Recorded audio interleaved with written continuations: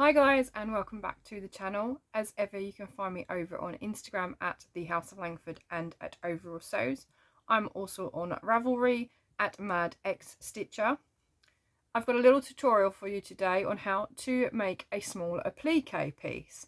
Now, what I show you in the tutorial is how to make a little cupcake, but I wanted to go a little bit further and I finished it off as a project bag.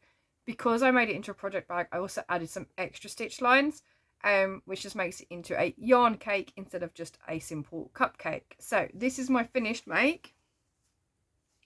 And as you can see, I've got the base of my cupcake, I've got the frosting, and I've got a button for the cherry on top. What I show you in the tutorial is how to stitch on the base and stitch on the frosting. So let's get started, shall we? For this tutorial, you are going to need a paper template of your shapes. I've got some lightweight iron-on interfacing, some pins, a needle and thread for when we start to tack our pieces together, and I've got a few different pieces of fabric to choose from so that I can do each shape a different fabric. Now I'm going to be using this pink fabric for the top of my cupcake. I'm going to be using the stripes fabric for the casing of my cupcake, so the base, and then they're all going to be stitched onto the blue fabric as a contrast. The first thing you're going to do is take each of the pieces you're going to use for your applique. So I've got my stripy fabric for the base. I'm going to take my interfacing, so it's got the rough side is going to go against the back of that fabric. And then I've got the same for my top of my cupcake. And all we're going to do is just iron them in place, just so that it melts the glue and the interfacing is attached to the back of our fabrics.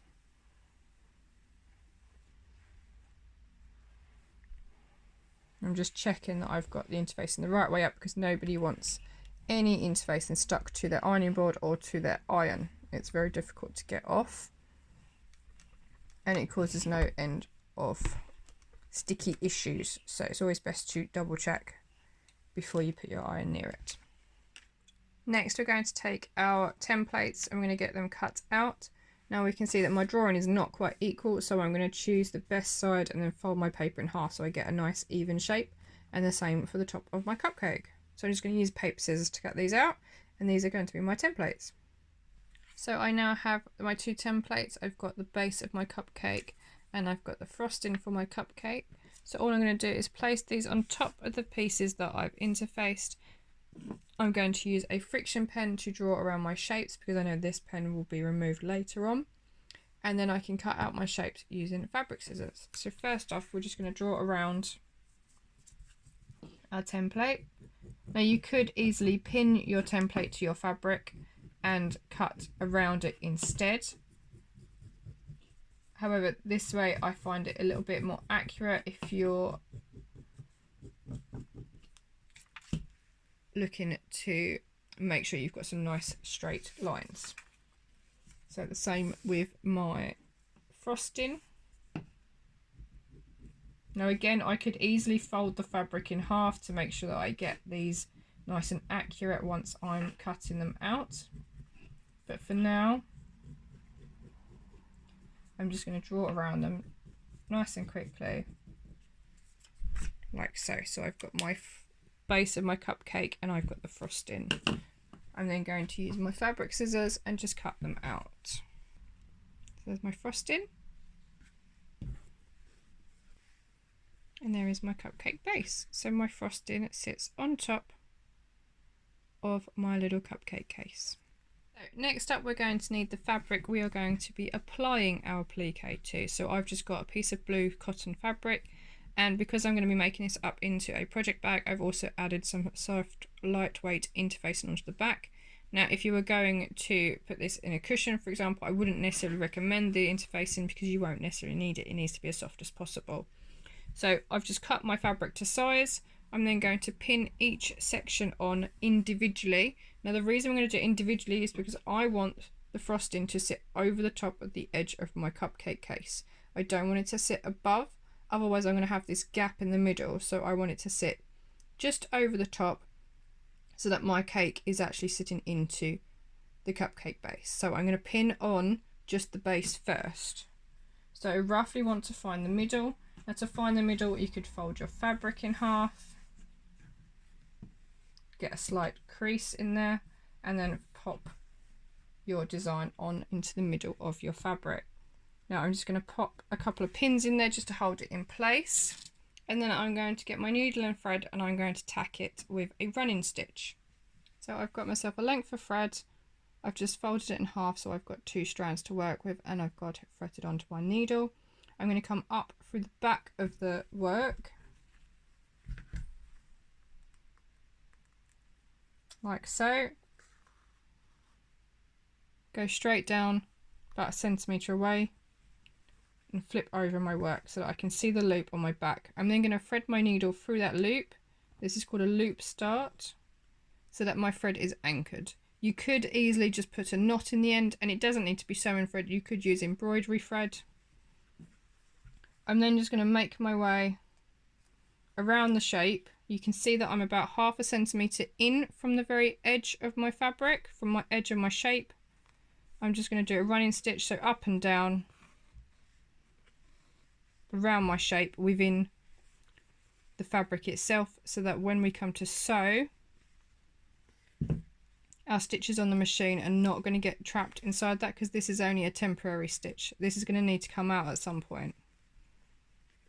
So this just goes all the way around, and the idea behind this is that we can then make sure our work is attached to our fabric and remove all of the pins before we go anywhere near our sewing machine. It's just a little bit safer that way.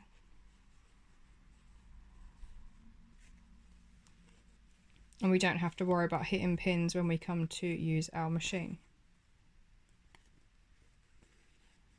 So almost there.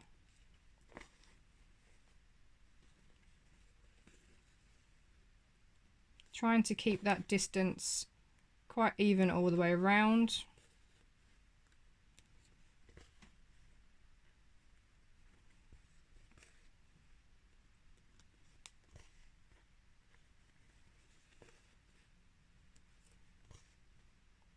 Like so. So I've gone all the way around my shape with a running stitch. I can then just unthread my needle and trim off any excess, and then I can remove my pins and we can move over to the sewing machine. So once I'm on my sewing machine, I'm going to change my stitch settings to a zigzag stitch. So on my machine I have the Janome CXL301. On my machine it is stitch number 8, and I'm going to change my stitch width to 3.5, and my stitch length I'm going to reduce to 0.8. This means that my zigzag stitch is going to be a little bit narrower than the longest, and it means that all my stitches are going to be squished together so we get a nice satin style stitch. So I'm going to start in one corner. Now I'm going to start in a place that I know is going to be hidden by the other part of my cupcake. So I'm going to start on this top corner here.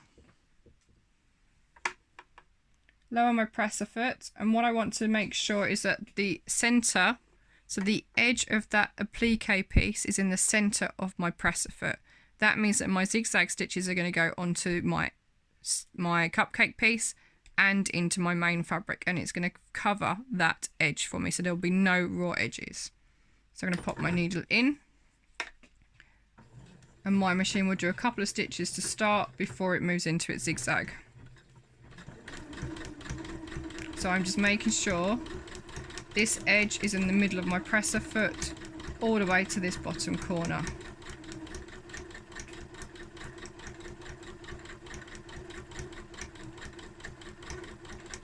When I get there, I'm going to stop with my needle on the outside of my work. So I've stopped on the outside and my needle is in my fabric. Now this means that I can lift my presser foot up and I can just pivot my fabric. It's not going to need to be repositioned later on. So I'm going to turn it round and continue on to the next line.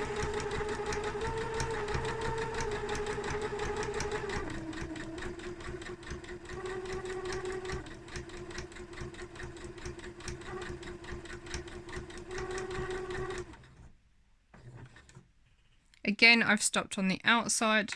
With my needle down, I'm going to lift and pivot, and I can see that actually I've not quite got all the way there. So I can go back, do a couple more stitches, just so it allows me to get that edge, and pivot again.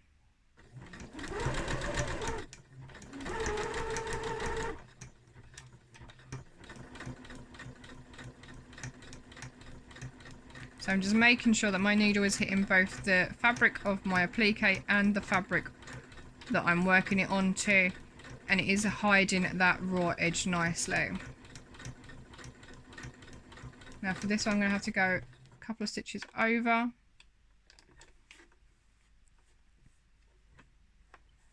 I'm going to cheat on this one because it's quite a narrow point. I'm going to lift my needle up, just shimmy my fabric forward just a touch, and then I'm going to continue. And that just means I don't have a bit of stitching sticking out at the other end, which isn't part of my shape.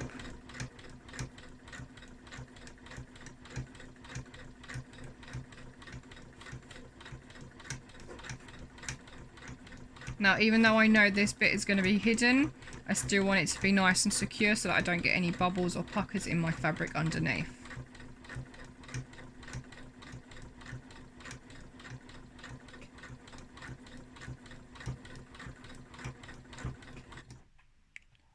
One more stitch, run out at the back, so I'm going to do a teeny tiny back tack, which is just a couple of stitches. And that is one section complete and attached to my fabric. So now we're going to move on and attach the top part of our cupcake in the same way, making sure that it sits on top of that edge, like so.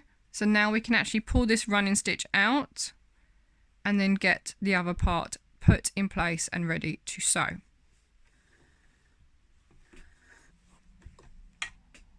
So that is the cupcake base ready to put the frosting on top.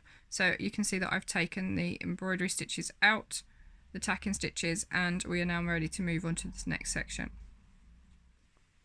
So I've got a couple of pins in place just to hold that cupcake frosting on top. It's time to get the needle and thread back out and tack this one in place too. So the top half of my cupcake is now pinned in place and ready to sew. So again, back to the sewing machine.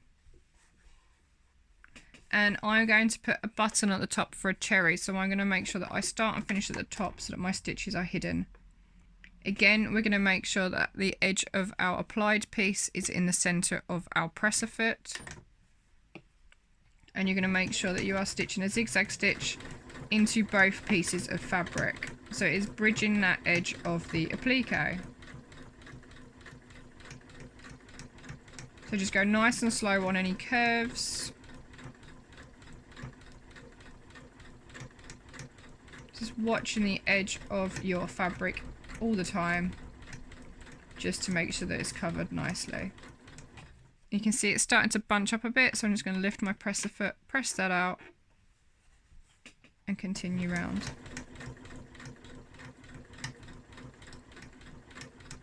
So nice and slowly. If I find that the angle's not quite right, I can put the needle on the outside of my curve, lift my presser foot and pivot a little bit just to give me a bit more room, and then continue onwards. This helps to keep your curves nice and smooth. That's the first curve, so we're going to make sure that the needle is on the inside. Pivot around so we can continue around the next one.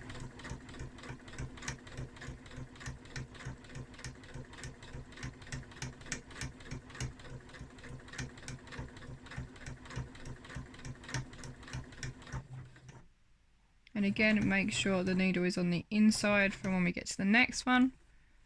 Lift and pivot round.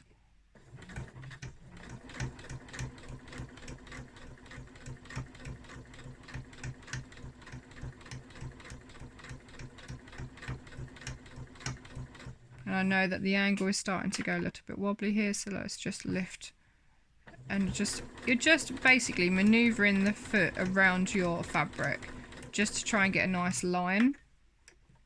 So if you need to keep pivoting, that's absolutely fine, as long as you keep that zigzag and you keep the edge in the same place.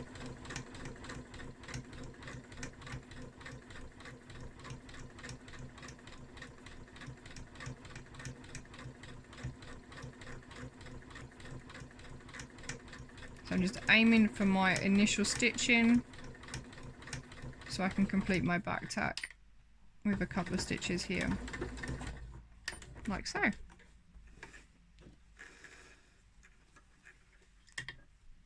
I can then trim off all my threads, and both pieces are now stitched on using a zigzag stitch all the way around, and then I can pull these stitches out, so my tacking stitches, and you can see that they are nowhere near my machine stitches. Okay, this is why we do it about a centimetre in from the edge of our work, and that way it makes it a little bit easier to pull them out afterwards. It means we're not going to get them caught in the machine and have to try and unpick them. This way you can just pull them out with your fingers.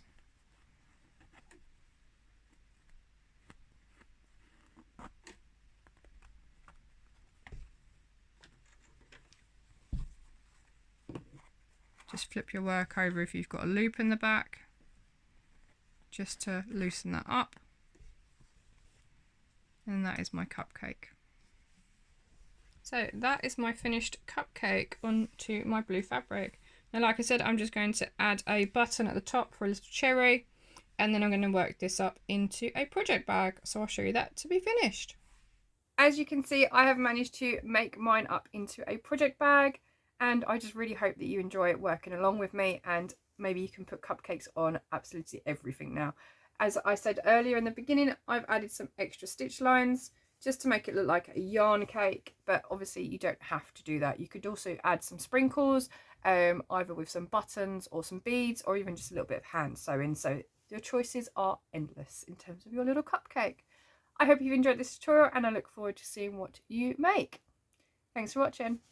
Bye.